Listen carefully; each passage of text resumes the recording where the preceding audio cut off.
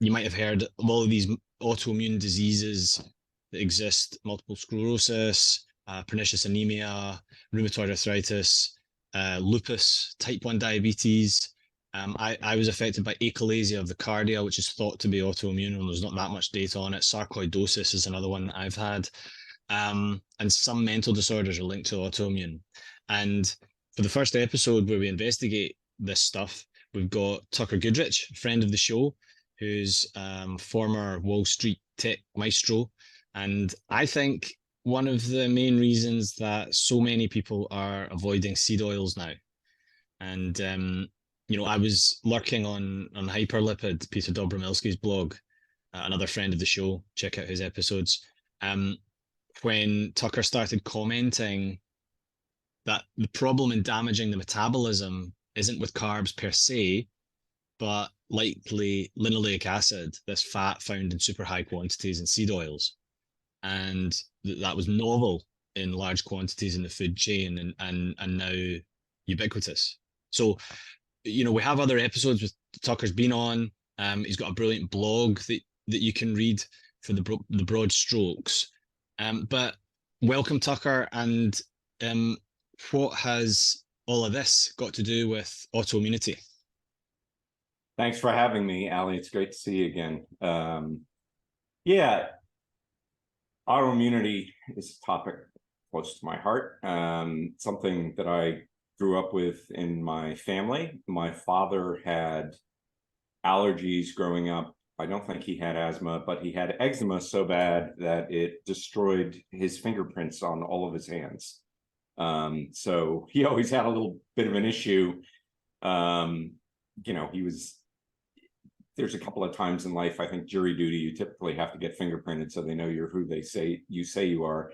And he would always fail the fingerprinting because he had no fingerprints left from an autoimmune disease. He went and got the standard treatment for allergies, which is, shots with the antigen that bothers you to acclimate your body to it so that hopefully the allergy goes away. That worked pretty well for him. I had the same thing when I was growing up. I didn't have eczema as bad as he did, but I did have it a bit. And I had asthma pretty badly. I had to get taken to the hospital and shot up with adrenaline, epinephrine, because I was unable to breathe. The problem, and the standard shot, that's what an EpiPen is.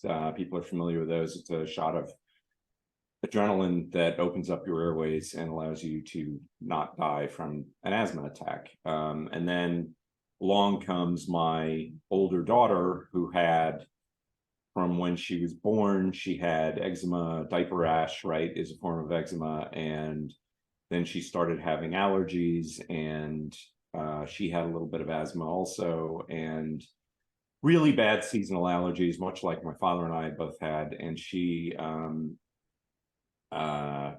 was seeing an allergist who was actually had taken over the same practice that I saw when I was a kid in the state of Connecticut in the United States. So that was kind of funny. And, she was on this guy I thought was excellent. One of his big things was, if you have allergies, you need to be in a clean room environment in your bedroom so that you're not constantly stimulated, and it makes it more easy for your body to deal with the antigens if it has periods of exposure, of lack of exposure to the antigens, right? And one of her allergies was to dogs. We got a dog, of course. And, so that was kind of an issue, but the clean room approach, and that's what, I think was a really brilliant insight on the part of this physician, helped her a lot, because it gave her a place where she could go at the end of her day and her allergies would settle down due to lack of exposure.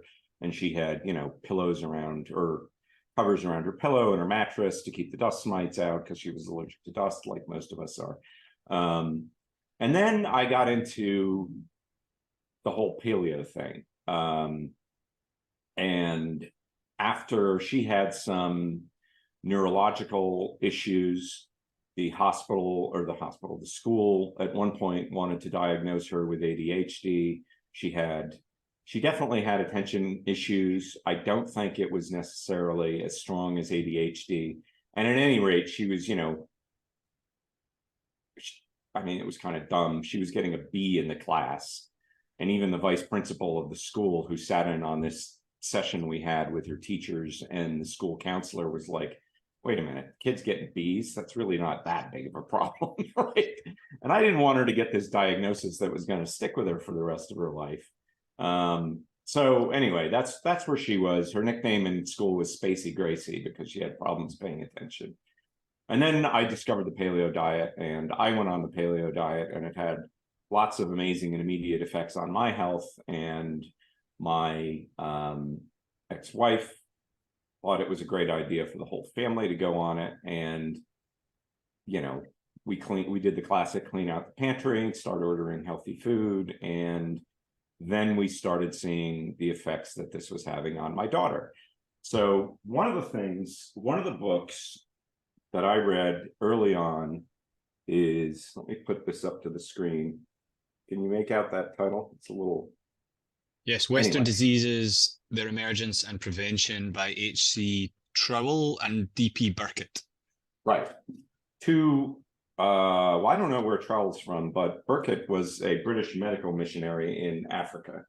And he is one of the most famous physicians in the world because he used epidemiological methods to prove that a virus called what's now known as Burkitt's lymphoma, right? And the virus is the Epstein-Barr virus, which is a very common human virus and one that causes cancers in multiple populations. He was the one who hunted it down throughout Africa and demonstrated that it was causing this fairly common cancer in Africa, which was notable because Africans didn't get a lot of cancers at the time. So the fact that they were all getting this one particular type of cancer was very notable. So that book cost me $180 because it was such a seminal case for the paleo diet, I thought, in that Burkitt practiced, I think, from the 50s through the 70s. So it was modern, relatively, right? We were not talking about, and he's looking at, we're not talking about cavemen here, right? We're talking about actual human populations with modern physicians treating their illnesses, right? And Burkitt's experience was notable because he was treating Western populations living in Africa and also African populations. And he noticed a vast difference between the disease profile of the two populations, right? And one of the things that he noticed was, one of the things that he looked at was autoimmune diseases. Fascinating little topic here for our discussion today. And the section in his book on autoimmune diseases is pretty short. And the reason it's pretty short is that, as he says, talking about autoimmune diseases in sub-Saharan Africans, quote, all diseases in which autoimmunity is recognized to be an important factor are reported rarely in sub-Saharan Africans. Some of these diseases are fairly common in Western countries, such as multiple sclerosis, but not a single case in 18 million South African Bantu, see chapter 5, and rheumatoid arthritis, less common in rural than in urban South African Bantu. Some autoimmune diseases are not common in human communities, thus many of the autoimmune endocrine diseases are rare, stuff like that would be type 1 diabetes, for instance. And then he says other diseases such as ulcerative colitis, which apparently he's including as an autoimmune disease, might be missed if chronic dysentery is common, but few medical school pathologists, however, would miss this disease at an autopsy, right? So there's solid data from what he's looking at to say that they're super rare over there. And without going through the entire thing, he concludes environmental factors must therefore be considered in many of these diseases. Perhaps it should be added that although there is much evidence of the rarity and or mildness of several of the commoner autoimmune diseases in Africa, there's less information about the incidence of many endocrine diseases, except with regard to those of the thyroid gland, in which there are much data. So why is it rare? I mean, I grew up with this, right? I mean, allergies and asthma aren't the worst autoimmune diseases in the world, but they can kill you or make you wish you were dead. I missed a lot of school because of allergies growing up. And I'd always been told that it was primary genetic, and I believed it because my father had it. and my daughter had it, right? So there's Yeah. clearly a very strong genetic component. So, My okay, so what family's the happened? same. You know, Huh, we're an autoimmune bomb site, our family, and so asthma, eczema, pernicious anemia, Hashimoto's. The list goes on, right. and then I've got mine, the ones that I talked about earlier. Um, so you hear genetic and you think, oh well, it's your destiny, right? Yeah, you hear it's your destiny and you kind of just say, all right. So after reading this book and realizing that there was clearly a huge environmental, possibly a predominantly environmental role in autoimmune diseases, I then turned to my daughter, who was under the care of a allergist at the time, physician who treats allergies and some autoimmune diseases. The same fellow, the fellow who took over the practice I went to as a kid. Um, and his prescription for my daughter was the same as that of my prescription and my father's prescription, which was you're going to need to go through a course of injections to acclimate you to these antigens. Now, this is a daughter who is terrified of needles. At one point, I had to leave work and drive a half an hour to the doctor's office because they had tried to give her a shot for something. And she had escaped from the doctor's office and was running around the downtown screaming to the top lungs, "You're not going to shoot me. You're not going to inject me with a needle." So I had to chase her down, pick her up and bring her back to get the shot.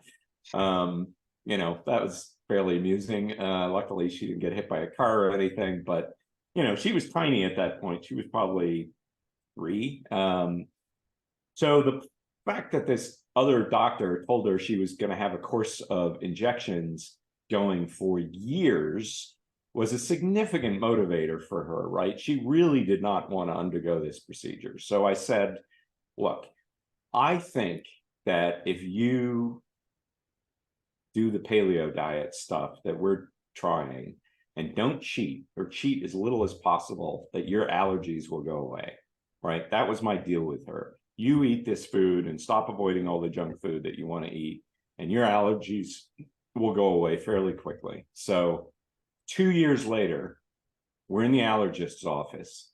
It's spring, right? It's the busiest time of the year for an allergist. And he's sitting there looking at my daughter, and she has no evidence of allergies. Nothing, right? And I had told him about my thoughts about wheat and allergies. And initially he kind of poo-pooed it. And then when I came back the next time, he'd obviously done some research on it, and he realized that wheat, celiac disease, particularly, and wheat involvement in autoimmune diseases was much more common than he had thought when I had first talked to him, right? So he did some homework and he was like, okay, well, that's much more common than I realized. It's an interesting hypothesis, but, we'll have to, like anything, it needs to be proven. Fine. So here's my daughter sitting in front of him in the middle of allergy season with no evidence of allergies at all, right? She's not been on any medications. She's not having any inflammation. She's just sitting there looking at him. And I said, Doc, my idea is that your clean room idea is what's going on here. I've removed a fundamental allergen from her environment, from her diet. And because her autoimmune system is not generally stimulated, she's not reacting to all these other things that she shouldn't be reacting to, like, pet dander or dust or pollen or whatever it was that would torture her and tortured me every summer. And he said, well, that's really interesting. Again, I don't know if that's what's going on here. He commented that he had never in his practice or in his career seen allergies resolve as fast as they had in this child. And he then went on to say, I said, well, what about the shots? And he said, well, there's no point in giving her the shots. She has no allergies anymore. He did do the antigen test, which you are probably familiar with, which is where they put a bunch of antigens in a grid on your back, and they see what the reaction is to each individual antigen by whether it's, swells up and becomes red. Yeah, so And my sister had that where they put it looks like a kind of just tic-tac-toe board. a grid of squares. Yeah, exactly. Yeah, And they have they write peanut and they write this and they write that and they cat and then they actually get the antigen on a needle and they put it into your skin and they see what size of welt comes up. that's exactly right. So they did that to her, and one of her allergies was nut allergies. Tree nuts, fairly common. She wasn't that allergic to them. She could eat them, but she did have a little reaction to them, unlike some kids who have this anaphylactic reaction. So they did the whole thing. She had a tiny little reaction to nuts. Everything else was negative, to the point where the allergist, the physician, said, you can probably eat nuts now too. You don't have enough of a reaction for it to be worth worrying about. So boom, fired by her physician by her allergist, because her autoimmune conditions all resolved in 2 years with a dietary change, right? Oh, wait Um, a minute, she didn't change all of her genes. Yeah, isn't that funny? She didn't change her genes, but she changed her environment and her autoimmune conditions went away. Now, I always still had allergies, and I had asthma a little bit. I had exercise induced asthma. I'd go out on a run with a friend in cold weather, and there was, it was like clockwork. There was this loop that we ran through the woods, and 3/4 of a mile in, there was this hill. And by the top of the hill, I would be wheezing and bent over and unable to breathe. And my friend's ready to call 911. And I'm like, no, it's okay. It'll pass in a minute, and then it would go away. And I'd be able to finish the rest of the 5 mile run that we would do. So I still had some autoimmune diseases. All those went away. I mean, to the point where I had a convertible at the time, and I would drive around in pollen season when the windshield is yellow, and I would get to wherever I was going and have to wipe the pollen out of my eyes, and I'm having no reaction whatsoever. When I had to sell my house, I packed up everything. It took me, a couple of months to go through the attic and the basement, clean everything up. Dust was the one thing that really got me, right? That was the only thing that I still kept taking allergy medications for when I had to clean something up. Nothing, no reaction whatsoever. So my allergies at this point, and at that point, that was probably in 2011 through 2000, it happened immediately for both of us, all gone, right? So this got me into looking more into what causes allergies and what causes autoimmune diseases. Now, you mentioned, we mentioned prior to this, Alessio Fasano and wheat and celiac disease. Wheat is a known trigger of allergies and autoimmune diseases, right?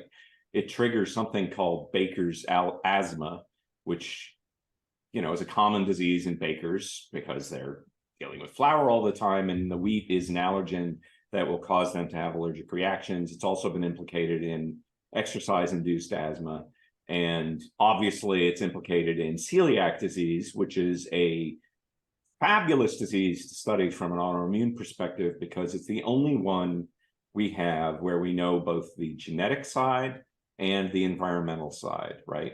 So if you have celiac disease, by definition, you have a certain genetic marker, right? I don't have that marker, even though I have a severe gluten intolerance. But I do have some of the reactions to wheat that people with celiac disease do, which is an anti-tissue transglutaminase antibody, right? So you have that genetics trigger, and then you have the environmental trigger, and we know what the environmental trigger is down to the amino acid level in wheat, right? It's an amino acid called 33-mer. It is toxic to the human body. It, in susceptible people, induces an autoimmune reaction.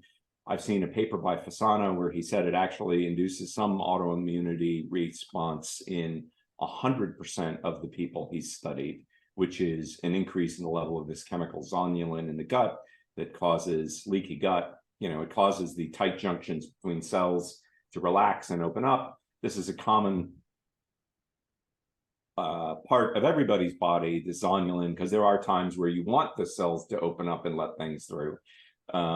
Yeah, But many doctors and researchers consider the lining of the gut to be where the inside of the body and the outside of the body meet, and so the tight junctions are really the barrier between the outside of the body and the inside of the body, and you want nutrients and so on to go into the bloodstream from the gut.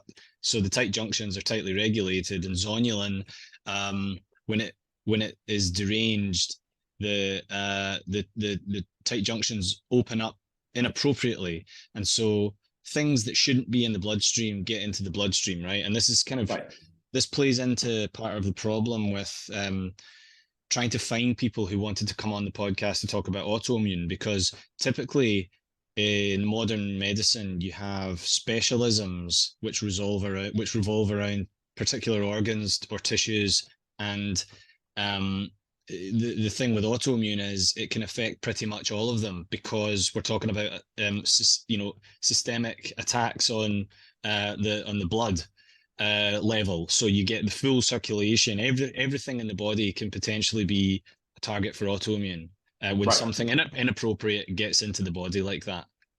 right. And there's also a level of inappropriate specialization, right? Where a disease like, a condition like celiac is really tough to diagnose because it can affect any part of the body. It's systemic, right? Tissue transglutaminase, what I mentioned before, is a standard enzyme in the body that's used to build proteins that are used throughout the body, right? So if you have these altered tissue transglutaminase enzymes that are building altered proteins, those altered proteins could then be found anywhere, right? I mean, there were some weird aspects of celiac disease when I was looking into that very intensively, like people who were allergic to their mitochondria, right? Now, that's really bizarre, right? What on earth would make you become allergic to your mitochondria? First off, they're inside cells. They aren't generally found floating around the body, right? And if you're allergic to them, it's, cyanide is an effective poison. And everybody's heard about cyanide. It kills you almost instantly because it causes your mitochondria to stop functioning, right? Boom, instant death. That's how important they are. So how on earth could you possibly become allergic to your own mitochondria, right? Big mystery. Well, okay. Turns out we know the answer to that now, but I don't know that that's what happens in celiac disease, but we'll get a little into why I think one of the more interesting things of celiac disease, which Alessio Fasano demonstrated, is that the prevalence of celiac disease in society has gone up by like fourfold, I think, in the United States since the end of World War II. And they were able to take blood samples from soldiers taken during World War II and preserved and compare them to modern people and discover that, yes, indeed, they have these antibodies, these self-antibodies, right, that have gone up fourfold. So what genetics hasn't changed. In that particular case, the environment hasn't changed because we've been eating wheat in the United States fairly consistently for the entire I won't say the entire history, but at least the last 150 years, and certainly before World War II, right? So just quick, we should probably back up here before we get into talking about the nuts and bolts of autoimmune disease and just say really quickly what an autoimmune disease is, right? When you have a bacteria, say, enter your body has a series of reactions, right? Inflammation, white blood cells become activated. It goes, and all of these things trigger a response against the pathogen. And some of these responses are actually quite harmful to your body, right? Because your body operates on a lot of the same principles as the pathogen does. And the measures that your body takes to kill the pathogen can also kill your own tissues, right? So that's why, for instance, sepsis, which is a severe form of infection, starts with an infection, but it ultimately ends up with your own immune defenses cause severe damage to your body such that they can kill you, right? And we also saw this in COVID-19 with ARDS, acute respiratory distress syndrome, which is essentially a massive overreaction to a pathogen that causes your body to start to suffer systemic organ failure, breakdown, and boom, you're dead at the end of it, right? So that's sort of the normal immune pathway, right? That can get so extreme because of the infection being so extreme that your body is part of the problem and part of why you die. And this is why things like steroids, like, prednisone, is a super effective treatment for these runaway immune responses, because steroids, prednisone is a synthetic form of cortisone, cortisol, right? We've all heard of as a stress hormone. It's actually a response to stress. It doesn't cause stress, right? And one of the stresses that cortisol is a response to is infection, right? And it basically downregulates your immune response for whatever reason. I experienced this while running, just to give folks a fairly practical example of what these hormones are for. I once was running along wearing five fingers shoes, right, where you have individual pockets for your toes. And I kicked a rock with my pinky toe and broke it. And it hurt like blazes. But I didn't stop running because I was with a bunch of people and I didn't want to fall behind. So I kept running, and it was actually surprisingly okay, even though I now had a broken pinky toe, which hurt. But as soon as I stopped, right, because one of the other fellows on the run was slower than I was, and as soon as we stopped to wait for him, my foot swelled up, right? Why did that happen? Well, one of the hormones that goes up when you're exercising is cortisol, right? And one of the things that it does is downregulate your immune function, because your body's prioritizing exercise, fight or flight over an immune response, right? Because it's saying, wow, at the moment, it's more important that I get away from this lion that's chasing me than that I worry about the bacteria that's in my body, right? So as soon as I stopped, boom, swelling, right? Inflammation, the proper response to the injury I had came on, and I couldn't run anymore. I had to walk back to the car. I had that happen again a few years later. This time I knew what was going on. I got stung by a bee. And I was on a long run.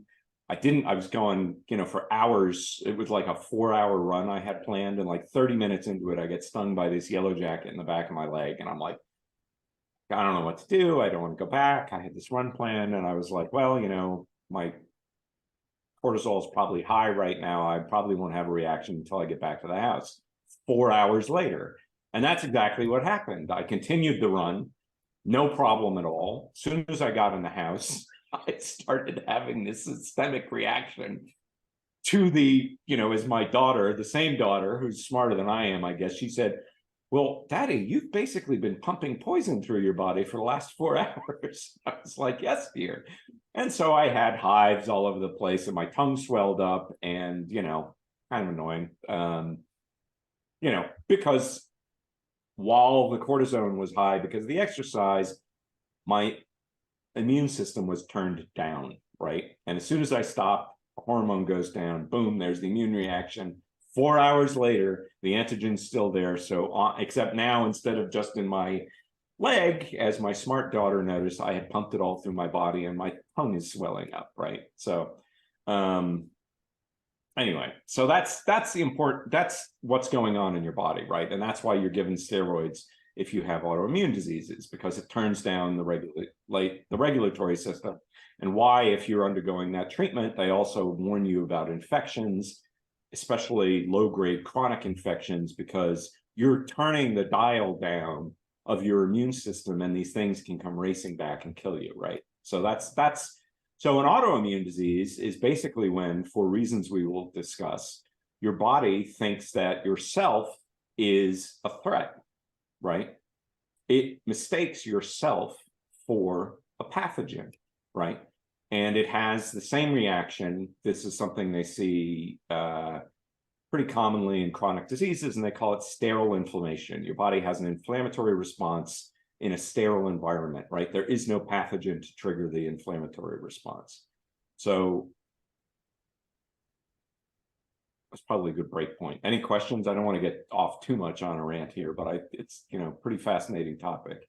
Yeah, it's something that I've thought a lot about. So, I'm following it all, and I think the way that I always come back to thinking about it is that things can get into your body just like the bee sting got into your body, except usually through the gut. So most autoimmune, but not all autoimmune. You were talking about how it's something like 5 to 15% or so of people who work with flour regularly get Baker's asthma through Right. the lungs, and it's just a direct reaction to wheat in the lungs.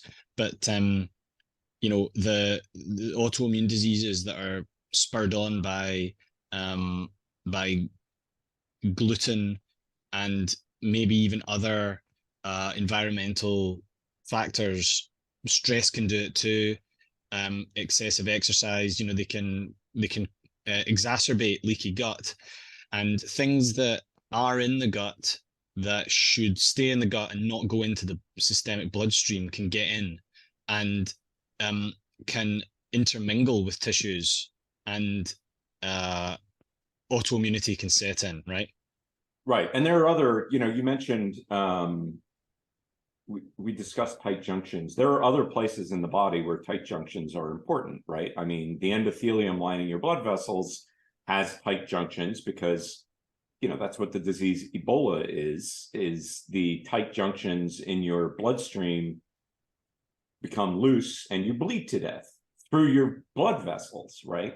Cholera is the pathogen that mimics what wheat does to the body. When Fasano was studying this, Zonulin was, he discovered that cholera had the bacteria, I think cholera is a bacteria, had this effect of creating leaky gut and, diarrhea. Fluids are leaking out into the bowels.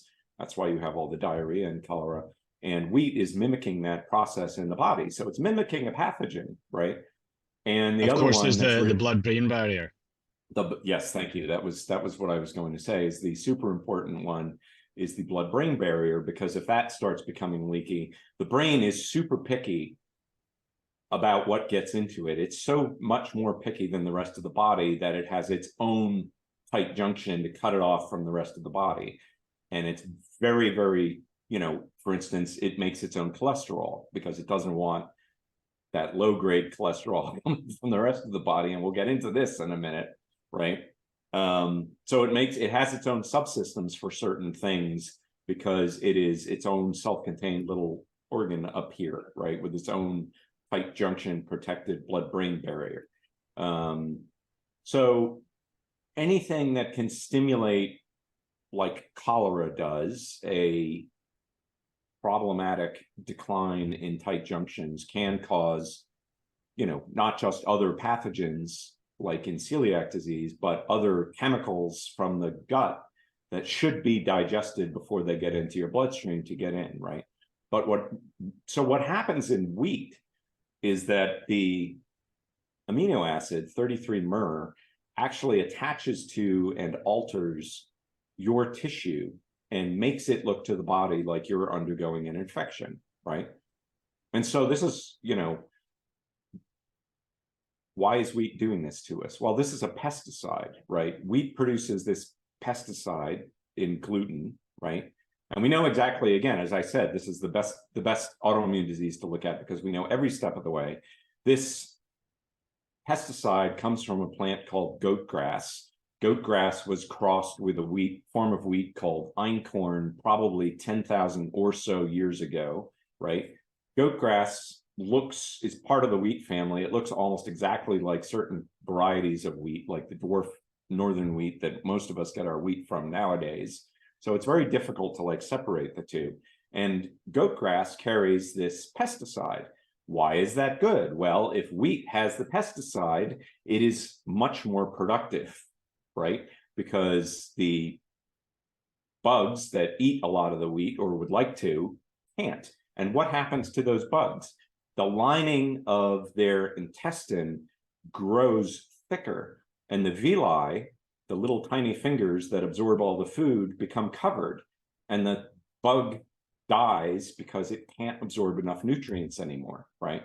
This is what happens to you when you have celiac disease, and why they consider the gold standard test, which I hate because I think it's wrong, for celiac disease is to do a intestinal biopsy, and they see that you have these shrunken villi where the lining of your intestine is actually grown up because of this pesticide in wheat, which is good because it means there's more wheat to eat, but it also means that the wheat is more toxic, right? Pros and cons.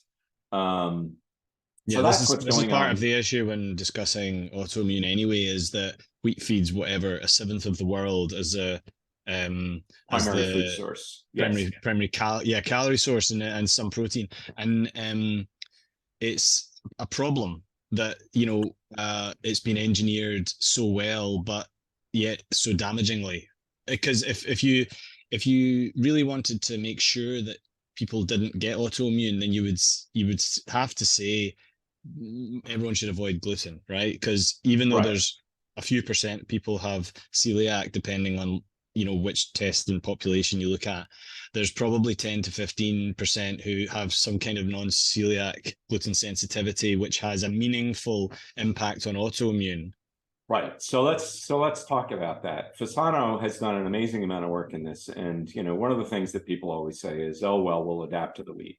Okay, fine. That's a good idea, right? Have we? Have we adapted to eating wheat?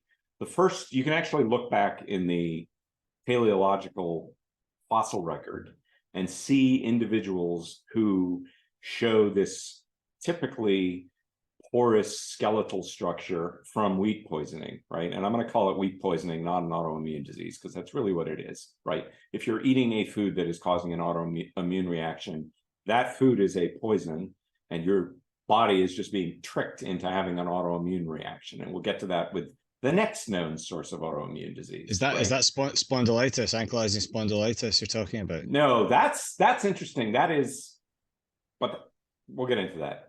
Okay. So,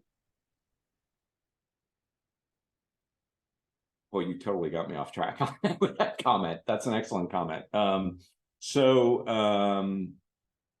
spondylitis, just to get that thought out of my brain, is actually a reaction by the body to starch, right? And that's apparently primarily a genetic form of autoimmune disease from what I've read. They saw that even in Africa, right?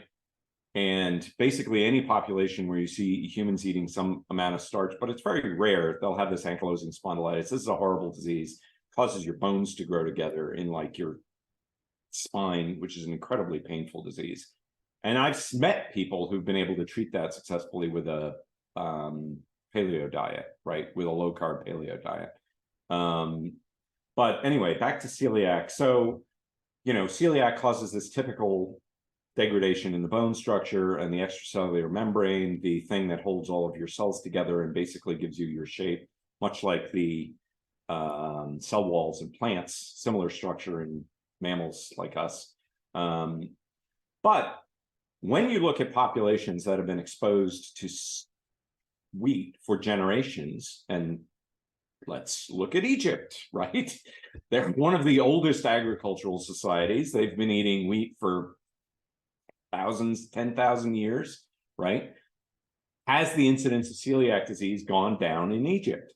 Well, Fasano went there and he found that some populations in Egypt have an incidence. Now, by the way, Egypt is the #1 wheat consuming population on earth.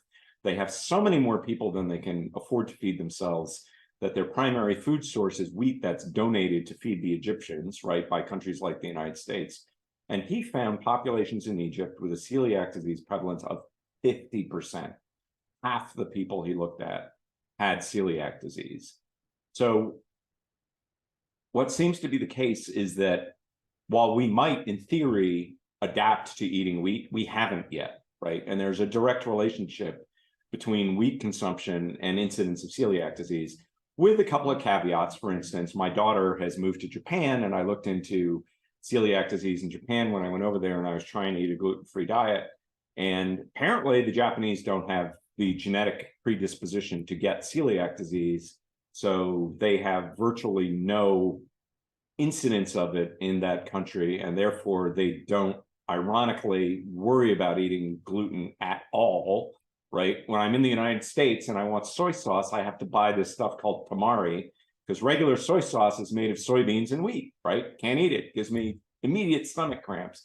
So I ate this tamari stuff, which is just soybean oil and no wheat. I couldn't find tamari in Japan, hilariously, right? I looked all over the place. I went to health food stores. My daughter looked for me. I went to every single Japanese restaurant and I said, do you have this tamari stuff? And none of them had ever heard of it because that population doesn't have the genetic component that predisposes them to react to this population, to this toxin that they're consuming, right? Okay, so that's celiac disease. Oh, and to your point and to my point about not liking about celiac disease causing other things other than what a physician would recognize as the gold standard presentation of celiac disease, you can get other diseases that are associated with celiac disease before you come up with the symptoms to celiac disease, right? Which is generally tissue transglutaminase enzymes in the blood, and they want to go do an endoscopy and look at your gut lining and see if it's got this typical sign of shrunken villi, right? And the problem is you can be very, very sick by the time those symptoms appear, right? Those can be late stage in the progression of wheat poisoning. And Fasano did a fascinating experiment where, and I don't know how he got away with doing this, by the way, the Institutional Research Board. So anyway, he looked at sets of twins who had the genetic background for celiac disease. And in one of the sets of twins, one of the twins came down with celiac disease as an infant because it was being fed gluten by its parents. The other twin came down with type 1 diabetes. Type 1 diabetes is another presentation of wheat poisoning. And you will find papers looking in the literature where they say we should consider wheat to be causal of type 1 diabetes. So you might be in a condition where you've already come down with type 1 diabetes, but you don't yet meet the criteria of celiac disease, even though type 1 diabetes, absent treatment, will kill you very quickly, right? So this is why I don't think using the gold standard diagnostic technique is valid for humans, because you can come down with these other fatal presentations of gluten toxicity before you meet the gold standard definition, right? Yes, I absolutely agree, and I think that to be forewarned is to be forearmed, and I think people know that gluten can cause these types of illnesses, whether whether you've got this exact genetic predisposition for celiac itself or not, and whether you do a test to confirm it or not. I think if you've got the choice to minimize your gluten intake, then I think it's rational to never eat gluten, and right. And so, as just a preventative measure, Right. And, my case, I don't have the genetic marker, right? But eating wheat makes me really, really sick, and I've been hospitalized for it multiple times. I mean, to the extent where, it's not just wheat, it's barley and rye, and we know what they make out of barley, beer, right?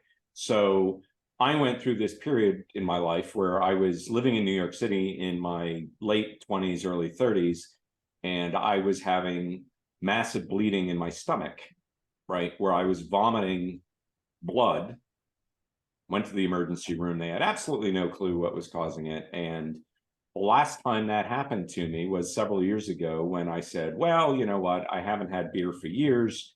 I bought a 6-pack of an IPA and drank 6 beers over the course of a weekend, 3 nights, Friday, Saturday, Sunday. And Monday morning, I woke up vomiting blood into the toilet again. So I don't drink beer. I can have like one, and it gives me a pretty nasty reaction pretty quickly compared to any other type of non-gluten derived alcohol that I might want to consume. But I don't have the genetic marker. I did have tissue transglutaminase in my blood which is, so I'm having a non-celiac, what they call non-celiac gluten sensitivity. Even though I don't fit the definition of the 1% of the population who has celiac disease, I've talked to 5 different physicians about this at this point, and they all say the same thing. Well, you should probably avoid eating wheat. Thank you, doctor. Figured that one out myself. Right. Yeah, Okay. So let's not. if you tried to get a drug on the market that had the side effect profile that wheat does, then there's absolutely no way it would be allowed. Right. And yeah, a drug or a food, right? Because there is a practice of toxicology testing when you introduce a new food, and we have something considered generally regarded as safe, which is what wheat falls under. Even though if you were, say you had genetically modified a plant to introduce a new protein in it, you would have a whole battery of toxicology tests that you would have to do. And if your conclusion was that 1 to 7% of the population will become extremely sick from this product, you'd never be allowed to put it on the market, right? So yes, as you were saying, anybody with an autoimmune disease who I come across, the first thing I tell them they have to do is go on a strict gluten-free diet. And unfortunately, most of them don't do it. One of those people was my father's girlfriend. She was in her 80s. She had a child who was diagnosed with celiac disease. So she clearly had the genetic profile for it. And it wasn't until she was in her 80s that she started to present with the disease. And they were on the verge of diagnosing her with celiac disease when they discovered she came down with a rare small intestinal cancer that is typical in people with celiac disease, and she was dead 6 months later.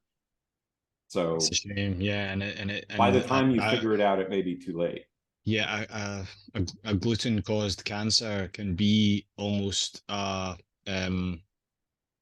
celiac diagnosis sometimes, right? Right, exactly. So, folks, did you all know that wheat's a known human carcinogen? No? Well, bit of a problem there. Yes, absolutely. So this again, information falls under the kind of information that we've spoken about before around vegetable oils and around other dietary things, where it's almost too much for people to take on board and believe, and they think, well, I mean, bread's everywhere. The French are healthy; they've got croissants, etc., etc. How we've been eating it for what about thousands the of years. Italians? Exactly, the lots and lots of Italians. pasta. Well, it's no chance that the guy who's the leading celiac researcher in the world is named Alessio Fasano because he's Italian. And the Italians are the people who've done most of the research on this, right? If you're celiac in Italy, they actually give you a stipend so you can buy non-wheat containing foods, right? So yes, it's absolutely a problem, even in Italy, and especially in Italy, because they eat so much wheat. As I said before, no evidence of adaptation across populations. I found in Europe it's much more understanding around intolerances than in the United Kingdom or in the USA, where you have to kind of fight a little bit to be heard. Oh yeah, I went to a restaurant in Italy at a ski mountain in northern Italy, and I forget the phrase now, but there was this, I think it's like soy celiaco or something like that. You say that, and they were like all running around in the kitchen to prepare me with a gluten-free meal. They knew exactly what was going on, right?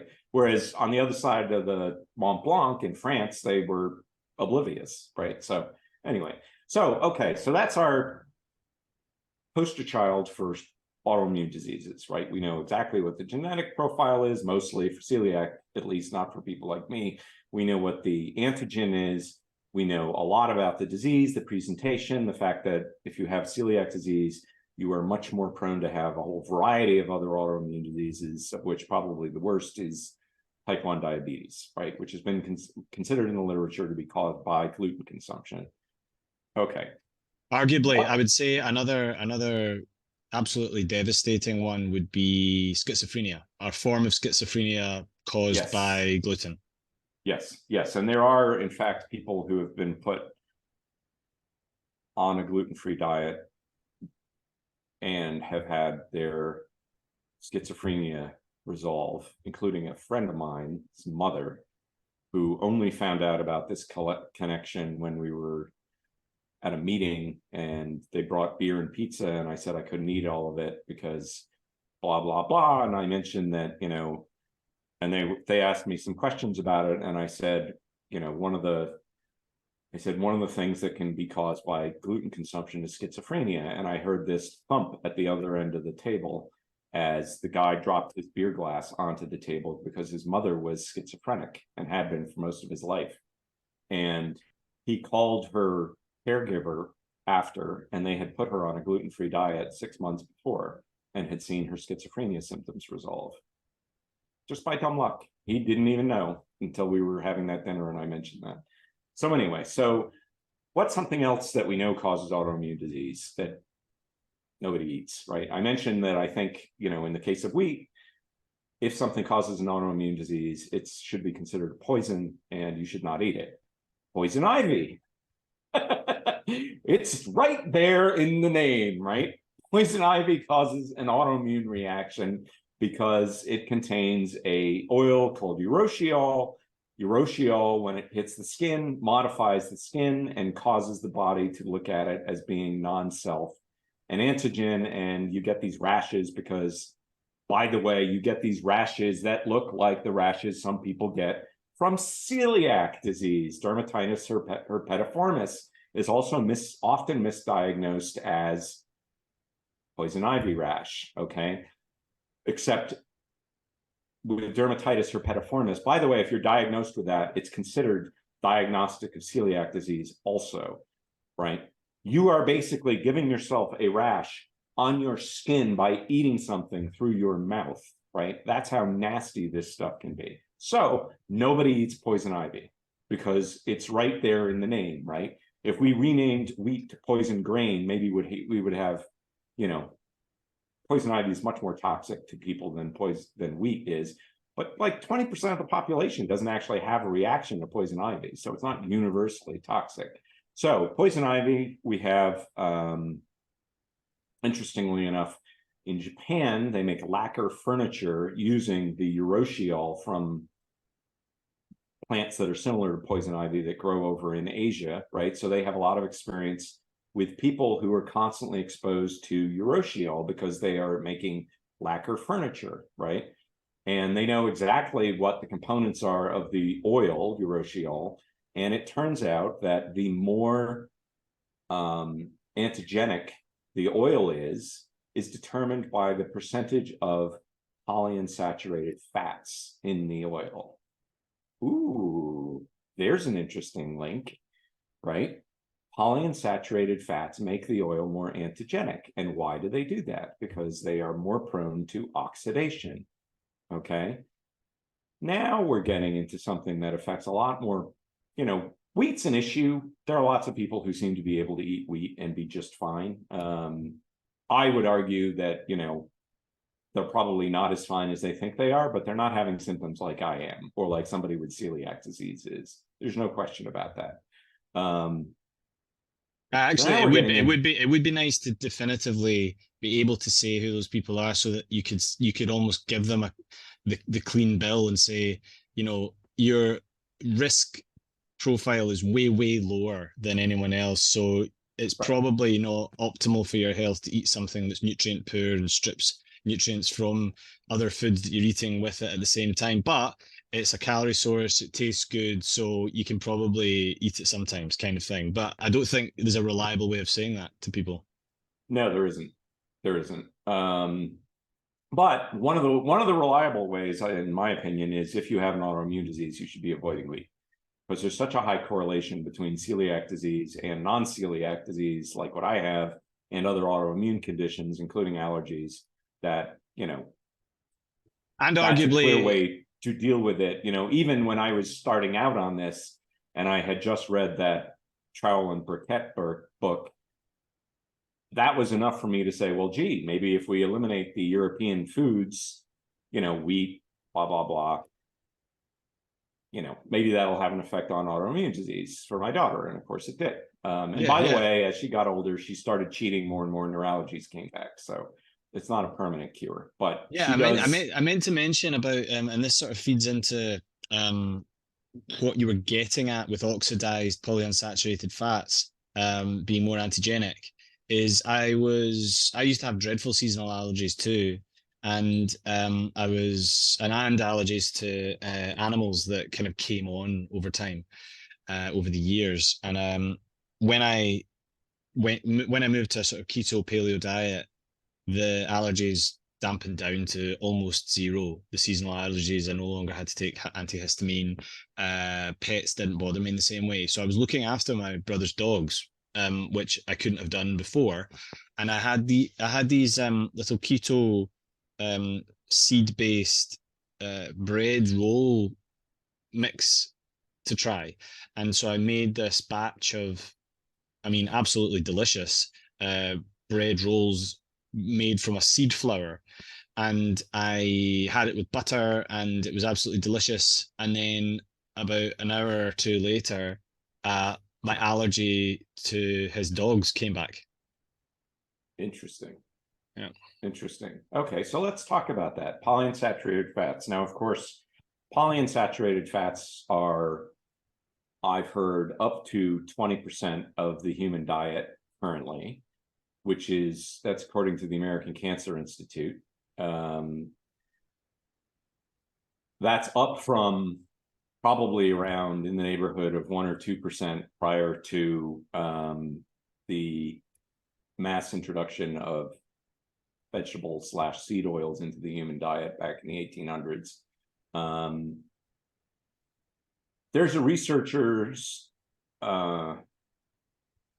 Joseph Whitstone. He's written a series of papers, most recently with Sam Tsimikas, prior to that with a guy named Joseph Steinberg.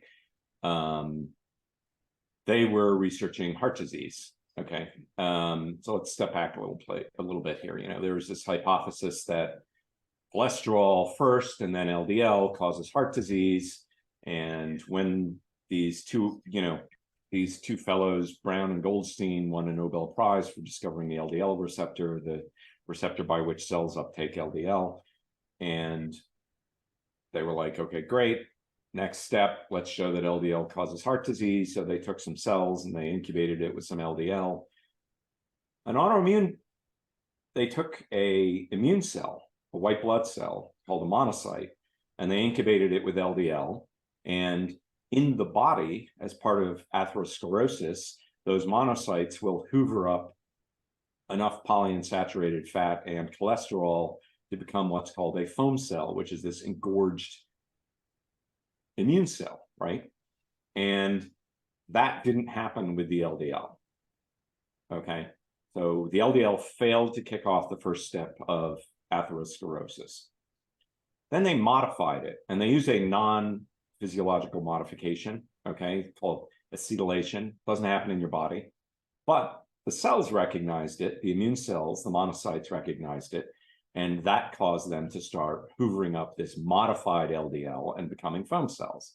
So, okay, the conclusion is LDL does not initiate the first step of atherosclerosis, the creation of foam cells. Something has to change in the LDL, right? Brown and Goldstein.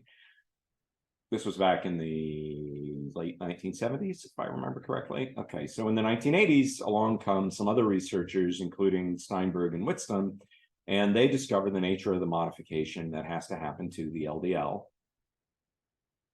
to make it susceptible to become modified. And they showed that these modified LDLs cause the first step of atherosclerosis, immune cells becoming foam cells, right? And what was that change? That change was the oxidation of omega-6 polyunsaturated fats in the LDL. One of the primary purposes of LDL, has a variety of different purposes in the body, including being part of the immune system, surprisingly, is to carry fats around and cholesterol, right? And they tend to carry a lot of polyunsaturated fats around. And polyunsaturated fats, just like in poison ivy, are very susceptible to oxidation. And Steinberg and Whitstone went even further. What they started to notice was that people with atherosclerosis have autoantibodies. They have antibodies to their LDL, right?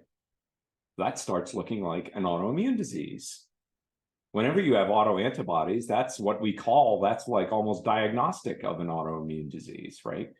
My wife has fibromyalgia, and she's had it for decades. And, you know, that for a long time wasn't considered to be autoimmune until they were able to take blood from one mouse, put it in another mouse, and the blood had toxic properties that gave the target mice fibromyalgia, right? So something is in the blood that's causing this autoimmune disease. Okay, so Steinberg and Whitson discovered these antibodies, and then they discovered something amazing. They discovered that these antibodies in mice were identical to a germline antibody, and we'll discuss what that means, against a pathogen. Okay, so the reason germline means inherited, okay? So your body is programmed, or at least these mice's bodies, is programmed to have antibodies to this common environmental pathogen, right? And I remember correctly, I think it was staph, but it may have also been pneumococcus, right? At any rate, a common environmental bacterial pathogen. Dogs are home. Hopefully, if I scream and get pulled off camera, that's what's happening. So what they discovered is that this antibody that they found was a germline, identical to a germline pathogen, okay? Well, that starts looking like atherosclerosis is an autoimmune disease. And then what they discovered that was really interesting was that humans had high levels of this antibody to oxidized LDL with oxidized omega-6 polyunsaturated fats, right? But that it was protective. Okay, so the more autoantigens you had, the more protective it was, basically because your body is able to clear this toxin effectively out of your system. Okay, then they kept doing research on this, and they started looking at classical autoimmune diseases, right? Now, one of the most classic autoimmune diseases is what they call antiphospholipid syndrome, okay? And a phospholipid is a component of your cell membrane. Every single cell membrane is made up of phospholipids. Phospholipids have a couple chemical components, including something called choline, typically, and a couple of fats, right? And what they discovered was that this antibody is reacting to phospholipids, which have oxidized polyunsaturated fats, anywhere in the body, right? And antiphospholipid syndrome specifically is a bit of a misnomer, because the phospholipid that your body is most reactive to in that condition is what you mentioned before, cardiolipin, right? And cardiolipin is unlike phosphatidylcholine, which is the typical phospholipid that your cell walls are made up of.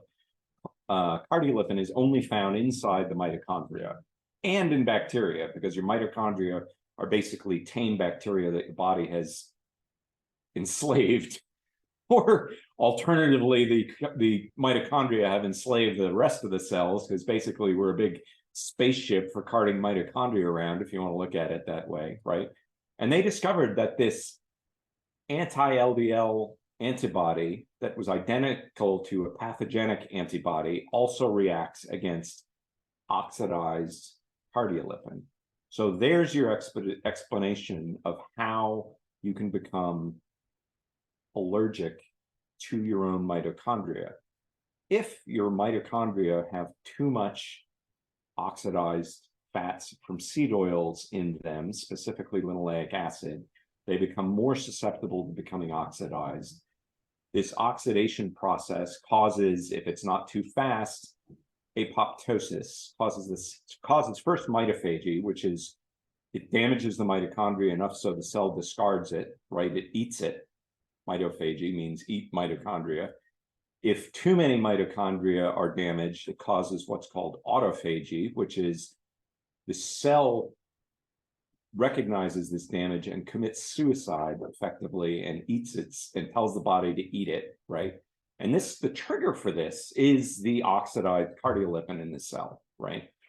And if it happens too fast, you get what's known as necrosis, necrotic cell death, which is the regulatory process is overwhelmed and the cell basically just explodes and sprays cell contents, including oxidized cardiolipin, all over your bloodstream, right? So that's what we see in people with antiphospholipid syndrome.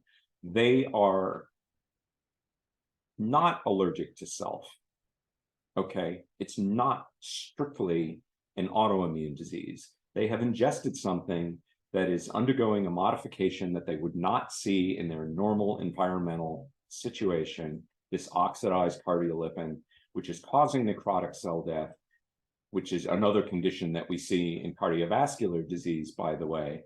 And that is causing the body to attack the cells because the cells now look like pathogens, right? Just like the oxidized LDL. This goes way back to when, I was reading Hyperlipid, Peter's blog in 2015, and then into 2016 when I changed my diet, and you were looking in the comments saying, actually, I don't think it's about carbs so much as cardiolipin, and people started listening to you, and Peter started listening to you and looking into that, and the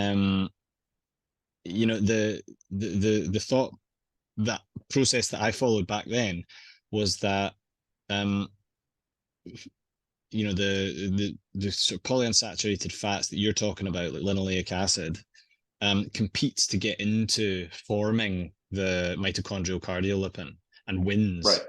And it's preferred. And there are cells where some linoleic acid is a good thing, right? I mean, it's in the food chain, right? And yeah, that's an important point to make. It's always in the food chain. Virtually any whole food you eat is going to have some degree of linoleic acid in it, right? Including fish or fish oil or whatever you look at, right? But very, very tiny amounts, right? We wouldn't naturally, until we learned how to refine seeds and concentrate these oils, we wouldn't have seen super high levels. Again, 1% maybe or less of the diet as opposed to the 20% we're at nowadays, right? So then we go all the way back to Burkitt and Trowell, and we see people who are eating a non-Western diet, these native, Africans, obviously they're native, they live in Africa, which is where they're from, don't get these autoimmune diseases, but then you get these Western populations coming in as with the typical diseases and the Western diet. And what does the Western diet look like? I mean, Weston Price pointed this out. It's high in sugar, it's high in refined sugar, it's high in refined wheat flour, and it's high in refined vegetable fats, right? And the thing is, high in vegetable fats doesn't have to mean 20%. It could be 3% or 2%, right? There's a threshold in how fast omega-6 fats are upconverted in the body, and it's from a very, very, very low level, and it's maxed out at a low level. So what we're looking at are populations like us who are eating maybe 5 times as much as the maximum amount of omega-6 fats that our bodies would have evolved to see, right? And we don't have a regulatory mechanism for it. The body, just like if you're drowning, your body has regulatory mechanisms for a certain amount of water, but if you drown, you're overwhelming those regulatory mechanisms, right? And that's what seems to be happening with this. And one of the things that happens, one of the consistent things that happens is these fats oxidize. They're oxidized before you eat them. I saw a fascinating presentation by a scientist a while ago, and he mentioned that the amount of oxidized fats in a vegetable oil that you buy in the store fresh off the shelf is 400 to 1,000 times what you would see in native LDL, right? So even if you're just eating fresh vegetable oils, seed oils, and you're not cooking with them, which of course cooking causes oxidation much faster, you are still getting 400 to 1,000 times the level of oxidation that your body ought to be getting, right? What do these fats do? What do these oxidized fats do when they get in the body? They cause an upregulation of zonulin. Wait a minute. They cause your body to start altering itself in a way that looks like pathogens that we have genetic predisposition to recognize as pathogens, right? And so what I realized in the course of doing all this research is not only what this major cause of an autoimmune disease is. Now let's go back to my experience. I've already told you. My wife, as it turns out, we got back. We went to high school together. We got back together in 2019, and I told her, she had a bunch of health conditions that she was fighting, and I told her what I thought she should eat, and she actually listened to me. And one of the things that got better for her was she had fibromyalgia for the last 30 years, right? Incurable, untreatable autoimmune condition that causes, joint and muscle pain. And it went away. And now it only comes back when we go out and eat at restaurants where typically they're using seed oils, and she gets a flare within a couple of days. And this has happened enough times, so now we kind of know, if we're going to go on vacation, we're going to be eating out in restaurants, she's going to get a little flare. But it's not so bad because we know that as her body starts, clearing these fats, that it'll go back away now. So 30 years of physicians and no effective treatment, and it's now totally in remission. And she's not the first person I've seen with fibromyalgia going into remission because of cutting it down. And again, if you go back and you look at the medical literature for fibromyalgia, you look up oxidative stress. Oxidative stress is a term that's broadly defined, but practically what it is looking at the effect of oxidized omega-6 fats in the body, right? And all of these autoimmune diseases are associated with increased oxidative stress in the body. And even things like Alzheimer's, which they are now starting to think may also be a quote unquote autoimmune disease, are associated with oxidized stress. So if you take oxidized linoleic acid, this chemical called hydroxynonenal, HNE, and you inject it into a mouse's brain, or rat's brain, I can't remember if they used rats or mice, it will cause the fibrils, the beta amyloid fibrils that are the hallmark of Alzheimer's to start being produced, right? And human sufferers of Alzheimer's disease have higher levels of this chemical, typically in the areas of the brain that are damaged by Alzheimer's disease. And linoleic acid, interestingly enough, is one of the fats the brain doesn't really like. But if you stuff your body full of it, it will start getting a lot more of it than it ought to and start converting it into something called arachidonic acid, which is a long-chain omega-6 fat that's commonly found in the body. And that seems to be what is breaking down in Alzheimer's disease, and also one of the fats that's breaking down in cardiovascular disease and in autoimmune conditions. So what I've come to realize is that atherosclerotic cardiovascular disease is an autoimmune condition. So is type 2 diabetes. It's an autoimmune condition. They did a fascinating study where they were trying to figure out what effect these autoantibodies to oxidized LDL would have. And they took rhesus monkeys and they injected them with an antibody to LDL, and their insulin resistance went away. Right? So it turns out insulin resistance is a standard response in the body to a pathogen. This has been known for 200 years. So what if you turn the body's cell membranes into something that looks like a pathogen? Well, we already went through this. Your body starts reacting to it as if it's a pathogen. It doesn't know that this little stretch of molecular pattern that it sees called a pathogen-associated molecular pattern, or a danger-associated molecular pattern, isn't actually a bacteria, right? It's not programmed to be that discriminating. It sees this pattern and it says, oops, we need to react. It looks like a bacteria is in the body. We're going to upregulate hyperglycemia. Why does it do that? Because your white blood cells use glucose to produce toxins to fight off bacteria. It causes insulin resistance, which causes the blood levels of glucose to go up, giving more ammunition for your immune system to use against these pathogens, right? This is one of the things that happens in sepsis.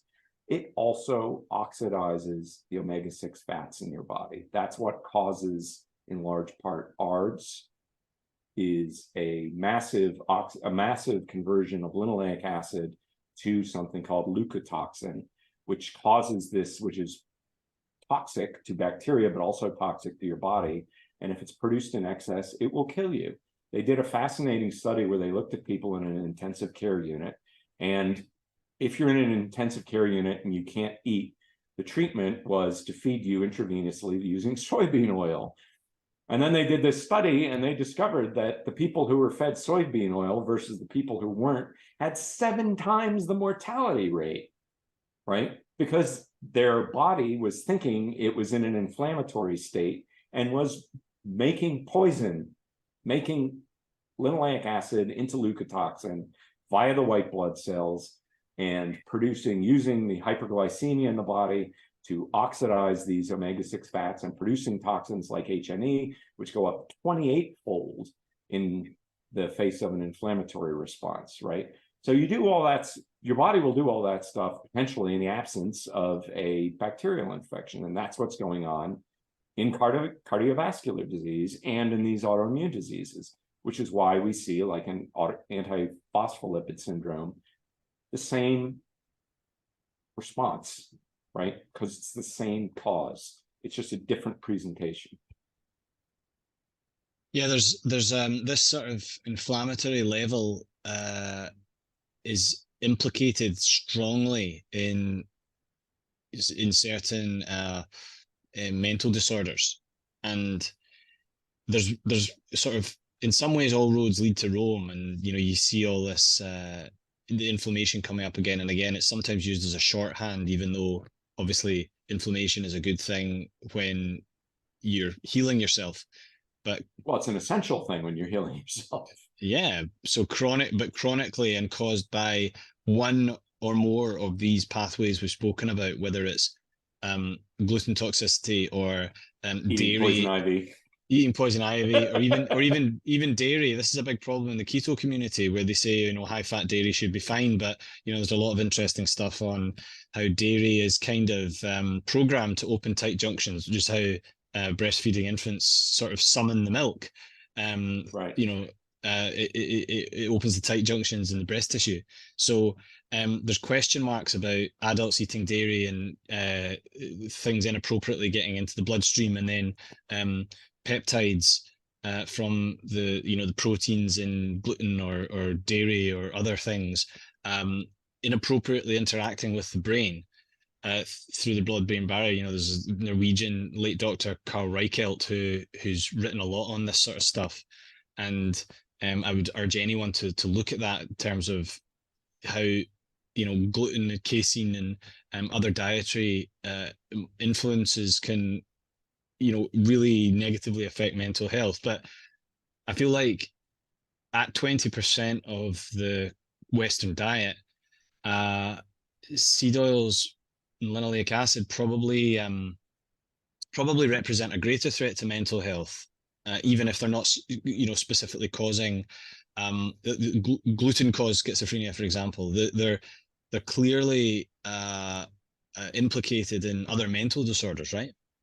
Yes, they are. I mean, probably one of the most famous papers, famous in my small little circle of people looking at this, was a paper by Joseph Hillbaum of the National Institutes of Health here in the United States, looking at homicide rates across different countries and finding there was a 20-fold variation based on linoleic acid consumption, right? Which sounds nuts.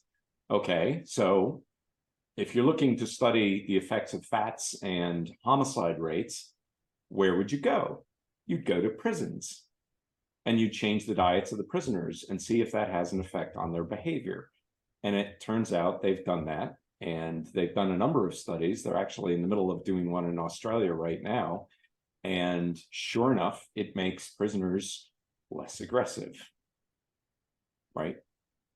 They lower. Yeah, they found Emily Deans wrote in one of her Psychology Today blog posts a few years ago about a couple of studies they did in the Netherlands about giving omega-3 supplementation to young offenders, and the rates of violence went down, and it was quite a well done trial, I think, because randomized and all the rest of it, and fairly large, so that they had some statistical power. But Right.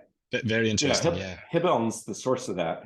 That paper. He's done a lot of work with the U.S. military and suicide rates, because it turns out one of the things that happens is, one of the things that it's associated with is higher rates of depression, right? I mean, it's associated with obesity, type 2 diabetes, and one of the things that's highly associated with those is depression. So it shouldn't be too surprising to find out that it's more than an association.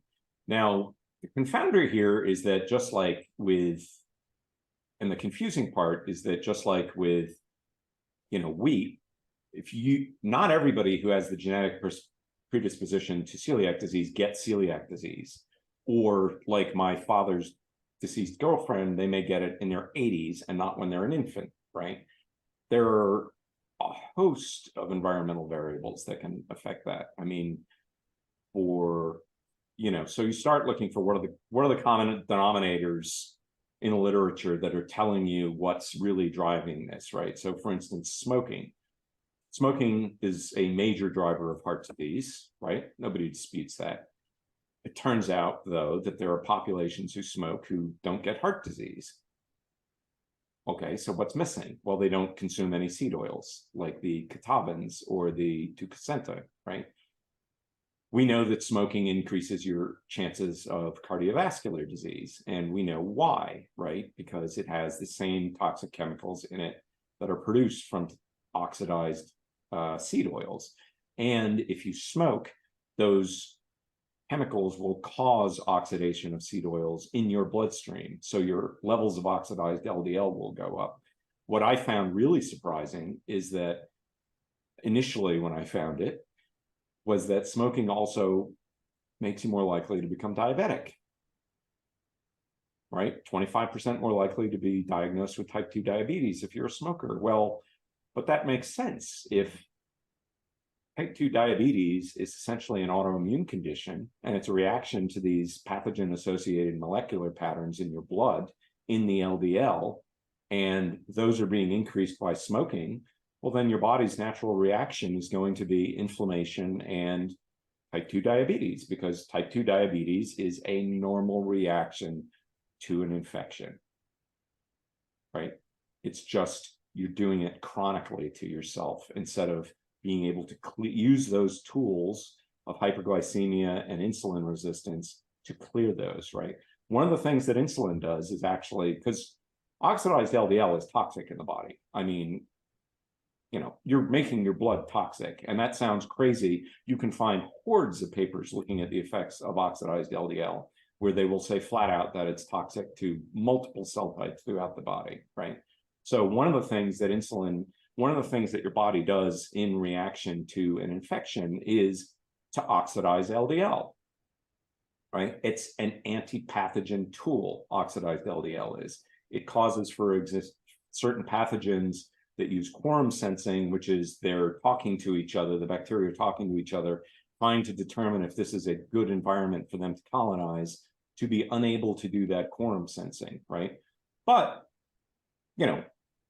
so it's beneficial, oxidized LDL, but it becomes a problem when it's chronic, and it becomes a problem when it can't be cleared because it's constantly being produced. So one of the things that insulin does is cause your body to step up the absorption of oxidized LDL because it wants to clear it, right? Once you kill the bacteria, you don't want this stuff floating around because it is toxic. So, there's these aspects. One of the things that oxidized LDL, I mean, in type 2 diabetes, you see this interesting progression. Type 2 diabetes is typified by a inability to sense insulin and react to it, right? As opposed to type 1 diabetes, which is caused by a inability to produce insulin, right? So the symptoms are similar in some respects, but they're two very different diseases. But lots of type 2 diabetics progress to an inability to produce sufficient insulin. So they effectively become type 1 diabetics. Well, one of the things, and in type 1 diabetes, what happens is the body attacks the beta cells, the cells in the pancreas that produce insulin. Thus, if they're not there anymore, they can't produce insulin. So one of the things that oxidized LDL does is kills off the beta cells, right? So you see these people progressing from type 2 to type 1 diabetes, this declining level of insulin that they're able to produce.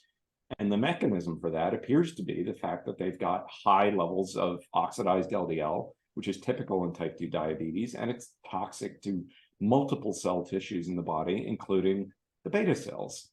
So you're killing off your beta cells. Not good.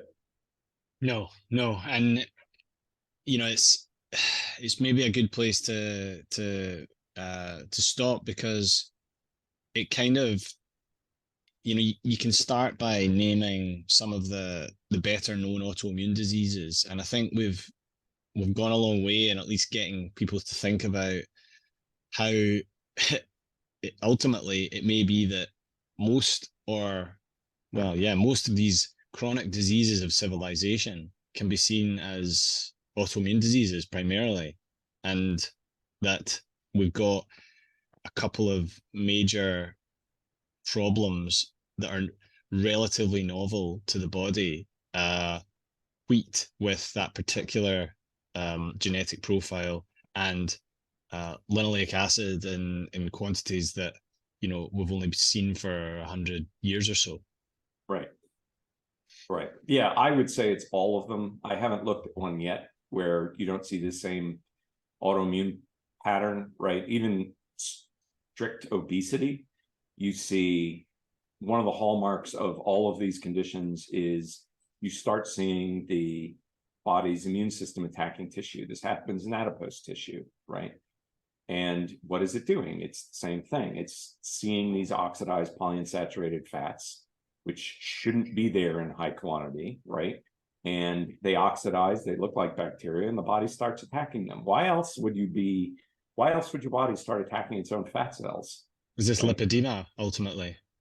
It can progress to that. What is it? Adiposa dolorosa, which is a lovely Latin term that means sad fat, ultimately, or painful fat, more accurately. And it's where your body is literally attacking its own adipose tissue, right? Now, Kate Shanahan has said that she's seen that clinically and that it responds to going on a low seed oil diet. And it makes perfect sense because, one of the, as we see in, specifically in poison ivy, one of the causes of this autoimmune reaction, and as we have, is this oxidation of these highly susceptible to oxidation omega-6 fats in the body, right? And we're at a point now where if you carefully read the medical literature, this is the only explanation that they have for what is causing cardiovascular disease, right? Cardiovascular disease, it's important to note, is not found in populations that don't consume seed oils, right? And it was not common in populations like the United States or the UK prior to the mass consumption of seed oils starting in the late 1800s. I mean, what's his name? Dr. White, I can't remember his full name. One of the founders of the profession of cardiology in the United States, noted when people like Ansel Keys started prescribing polyunsaturated fats he was one of the founders of the American Heart Association, one of the foremost early cardiologists in the United States. And he noted that early in his career, people didn't get heart attacks. He didn't see heart disease like this, right? There was no such thing as a cardiologist. By the end of his career, cardiologists were getting rich, right? And they were looking at populations, at fathers who were getting heart disease in their 70s, and their sons were getting it in their 50s. And their grandfathers died at 100 or whatever, right? And he said, well, wait a minute. Back in the early part of the 20th century, when nobody got heart disease, nobody was eating these seed oils, really. They weren't lard, they weren't marketed as such. They were using it as an adulterant in lard, but, and his consumption was, how can this thing be protective? Is if over the early part of the 20th century, consumption of them went way up. Then you get to the early 1960s when cardiovascular disease peaked. We'd seen a steady increase in seed oil consumption, and also in things like smoking, it should be noted, and through this 1970s lead consumption, which can also, through lead in gasoline getting pumped out into the air, which can also induce oxidative stress and the oxidation of these fats in your body. So we have a couple of major confounders there, but to stand in 1960 and say sorry about that. The dogs are back. To stand there in 1961, as the American Heart Association did, and say, we need to consume more polyunsaturated fats to prevent heart disease. Well, at that point, the consumption of polyunsaturated fats had gone steadily up all the way to 1961, right? So how can you say that, as they did, this increase is, we need more? All we've been doing up until that point is eating more. Well, I feel like it feeds into this increased specialization and niching of modern medicine, missing the bigger picture of autoimmune, and that when we're understandably impressed by human ingenuity. We got to the moon, we've got iPhones in our pocket, we've got the most amazing vehicles, that would have been considered like spaceships 100 years ago. It's and we actually have spaceships. So we've got a lot to thank our left hemispheres for. But then we also just have this faith in our own ability to make technology that's trustworthy, and then specialize and compartmentalize to the point where we think, well, we made it, it's a new technology, therefore it's good, and double down on that. And it never ceases to amaze me. You don't even need to invoke corruption or anything like that. You just need people to believe that technology works when actually it's the exact opposite. Well, and the great example of that is, as I just mentioned, adding lead to gasoline seemed like a great idea. Unfortunately, we then figured out that pumping lead into the atmosphere wasn't a brilliant plan. Right? And, it's a great point that you make, because often a lot of, the guys who figured out how to make seed oils more edible thought they were doing a good thing. They just didn't realize that there was a fundamental problem with the fats in the seed oils that can't be addressed without avoiding them. Right? So we need to recognize that. We need to recognize the hundreds of thousands of articles in the medical literature looking at oxidative stress. And, oxidative stress is typically diagnosed by looking at the oxidized omega-6 fats, right? That's the marker that they use. And maybe come to the logical conclusion, as has been shown in the cardiology literature, that this is the problem in a lot of these chronic diseases.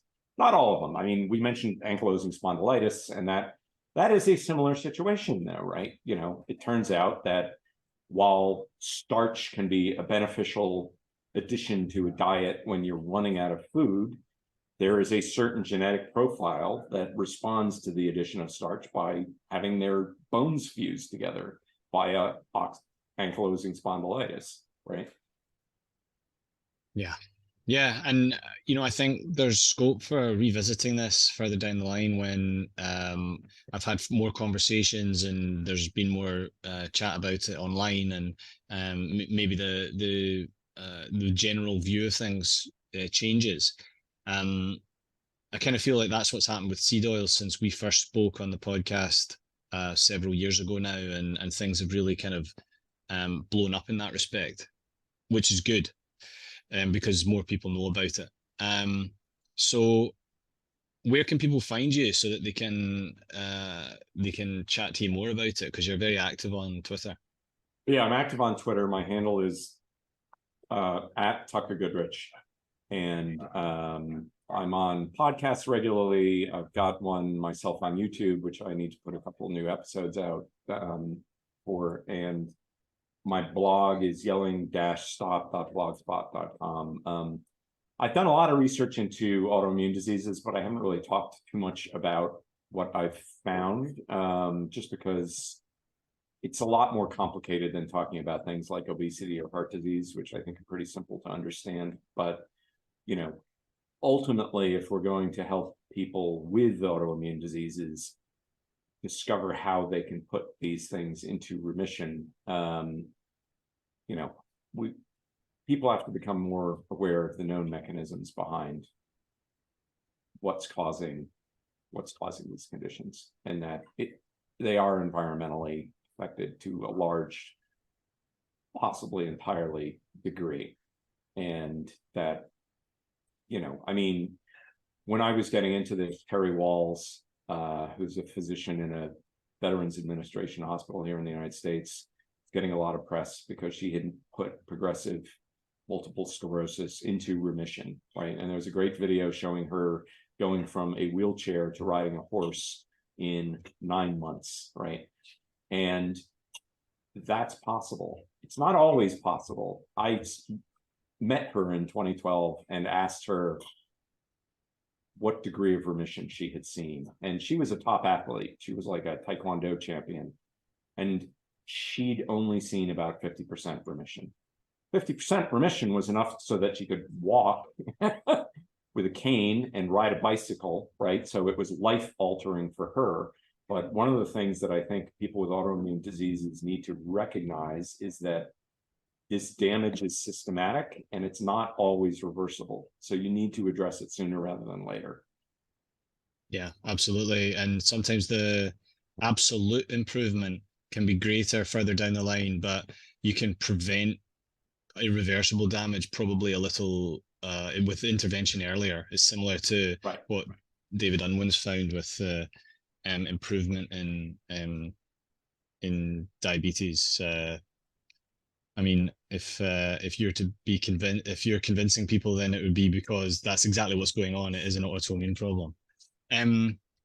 It's been really good talking. I really appreciate it, and I think it gives people hope to know that there's some control that they can have over how these illnesses can be